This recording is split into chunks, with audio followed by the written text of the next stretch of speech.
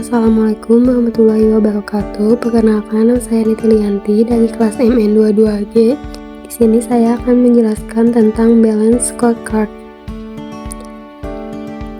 Definisi balance scorecard terdiri dari dua kata, yaitu balance dan scorecard. Scorecard artinya kartu skor, maksudnya adalah kartu skor yang digunakan untuk merencanakan skor yang diwujudkan di masa yang akan datang. Sedangkan balance artinya berimbang, maksudnya adalah untuk mengukur kinerja seseorang diukur secara berimbang dari dua perspektif, yaitu keuangan dan non-keuangan. Selanjutnya yaitu balance scorecard merupakan suatu sistem manajemen pengukuran dan pengendalian secara cepat, tepat, komprehensif, dapat memberikan pemahaman kepada manajer tentang performance. Pola pikir balance scorecard sebagai suatu kerangka rencana strategis, memperjelas dan menerjemahkan visi dan strategi, memperjelas visi, menghasilkan keputusan atau rencana strategi, mengkomunikasikan dan menghubungkan, mengkomunikasikan dan mendidik, menetapkan tujuan, mengaitkan imbalan dengan ukuran.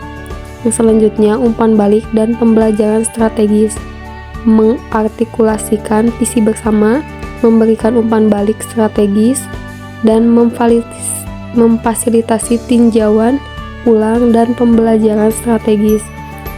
Selanjutnya, merencanakan dan menetapkan sasaran. Menetapkan sasaran, memadukan inisiatif strategis, dan menetapkan indikator penting. Yang selanjutnya yaitu pengukuran dalam balance scorecard. Sasaran strategi yang dirumuskan untuk mencapai visi dan tujuan organisasi melalui strategi yang telah dipilih perlu ditetapkan ukuran pencapaiannya. Ada dua ukuran yang perlu ditetapkan untuk mengukur keberhasilan pencapaian sasaran strategi, yaitu ukuran hasil dan ukuran pemacu kinerja. Ukuran hasil merupakan ukuran yang menunjukkan tingkat keberhasilan pencapaian sasaran strategi, sedangkan ukuran pemacu kinerja merupakan ukuran yang menyebabkan hasil yang dicapai. Yang selanjutnya adalah perspektif dalam balance scorecard. Yang pertama yaitu perspektif pelanggan, yang kedua perspektif keuangan, yang ketiga perspektif bisnis internal, dan yang terakhir yaitu perspektif pembelajaran dan pertumbuhan. Perspektif keuangan. Penyedia sumber daya finansial pada sektor publik adalah para pembayar pajak atau pengguna layanan publik yang membayar atas jasa yang diterimanya, sehingga organisasi harus berfokus pada sesuatu yang diharapkan oleh masyarakat yang membayar tersebut. Mereka mengharapkan uang yang telah dibayarkan digunakan secara efektif dan efisien. Meskipun organisasi sektor publik tidak mengejar laba, organisasi perlu memikirkan bagaimana meningkatkan pendapatan atau mengurangi biaya sehingga bisa meningkatkan kemandirian fiskal yang dapat digunakan untuk meningkatkan pelayanan. Beberapa ukuran kinerja yang digunakan pada perspektif keuangan, misalnya pertumbuhan ekonomi, pertumbuhan pajak, penghematan anggaran, dan indikator lain yang terkait keuangan organisasi.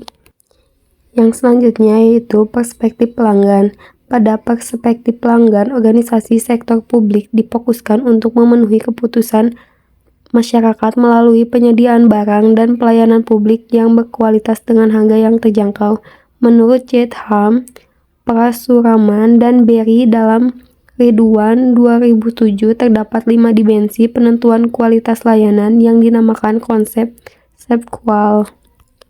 Dan 5 dimensi kualitas tersebut adalah yang pertama tagibles atau wujud fisik adalah penampakan fisik dari gedung, peralatan, pegawai, dan fasilitas-fasilitas lain yang dimiliki oleh provider.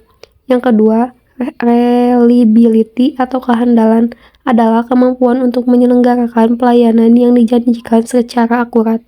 Yang ketiga, responsiveness atau daya tanggap adalah kerelaan untuk mendorong customer dan penyelenggaraan pelayanan secara ikhlas. Yang keempat, asuransi atau jaminan adalah pengetahuan dan kesopanan para pekerja dan kemampuan mereka dalam memberikan kepercayaan kepada customer. Yang keempat, empati adalah perlakuan atau perhatian pribadi yang diberikan oleh provider kepada konsumen.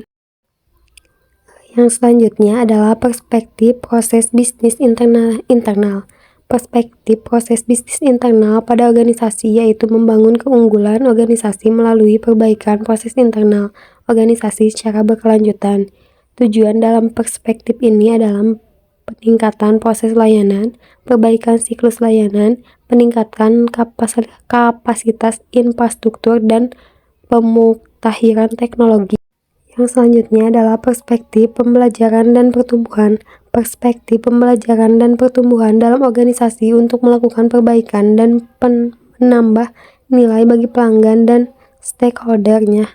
Tujuan pada perspektif ini adalah peningkatan kemampuan pegawai dan peningkatan motivasi pegawai. Demikian pembahasan dari saya. Mohon maaf bila ada kekurangan. Wassalamualaikum warahmatullahi wabarakatuh.